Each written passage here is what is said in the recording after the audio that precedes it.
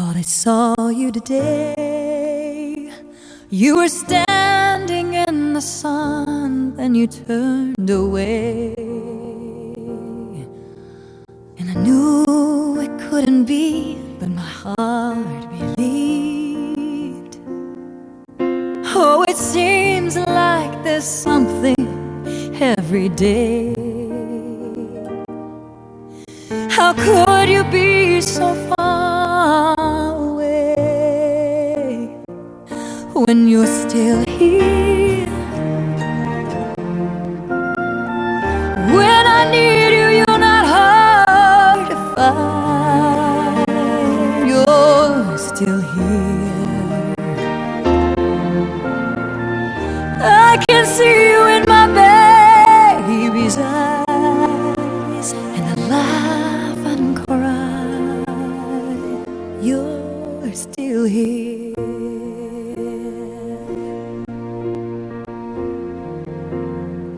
From ABC, this is World News Tonight with Peter Jennings. Sitting in tonight, Ted Koppel in Washington.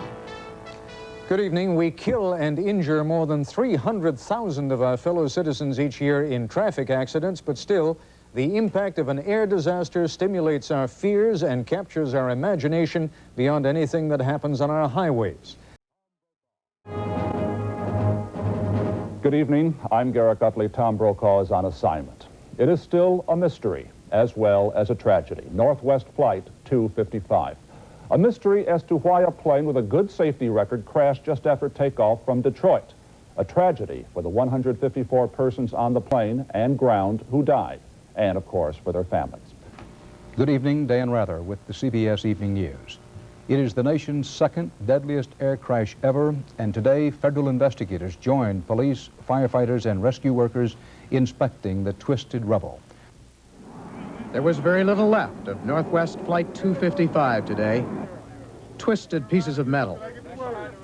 Wheels upside down. Northwest Flight 255 last night, bound for Phoenix in Southern California, was barely airborne when eyewitnesses said it banked and rolled, smashing to a road north of the airport in a fiery explosion. Everything was on fire, the trees, the grass, cars. You could see parts of everything just laying all over. It was terrible.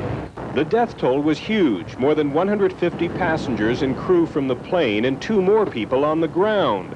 Those who tried to help the victims of the carnage spoke of their horror of shock after shock. It's a large site, and the plane is in several pieces. How do you describe a plane crash? I mean, it's a terrible sight. It's utter devastation. It's beyond words. It's walking around in a state of shock. Some people were just in such shock that they didn't even talk, but would just sit there stony.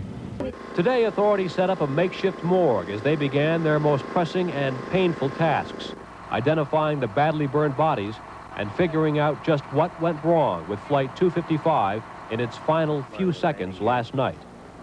Many relatives from Phoenix, one of the plane's 2 destinations, were flown to Detroit by Northwest Airlines.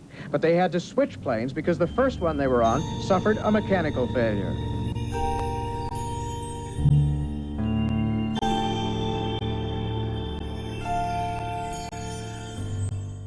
I remember sitting in a small office in the ICU, clutching someone's hand as I helplessly watched my mother fade away.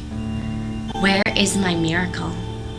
Catherine Therese Peacock died on June 29, 1997, leaving behind 3 daughters.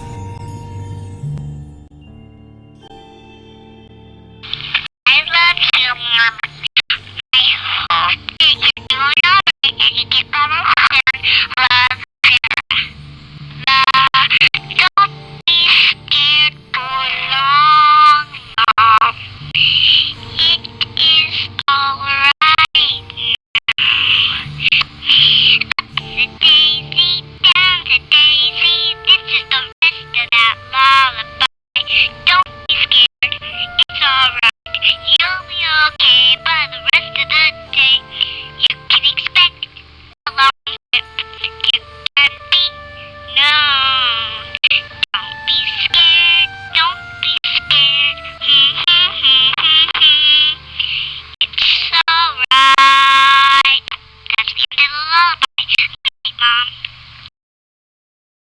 Do you remember what happened to Mommy?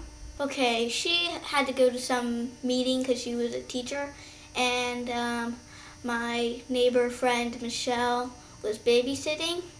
She's a lot older than me, and a little while later there was a cop at the door, and when Michelle called her mom, and then her mom walked over to make sure it was a legitimate cop, and her mom called through the door to open the door. So Michelle opened the door, and he said that my mom had been in a car accident, and make sure I had a place to stay. So I spent the night with Michelle. What would you say to Mommy right now? Actually, there would be no words necessary. It would be jump, hug, kiss, stare. Do you have any memories of her? Do you remember? Well, right before she left for the meeting, I remember the hug. Yeah. Was it a good hug? Yeah. I was so little she could put me up. Thought I saw you today. You were standing in the sun, then you turned away.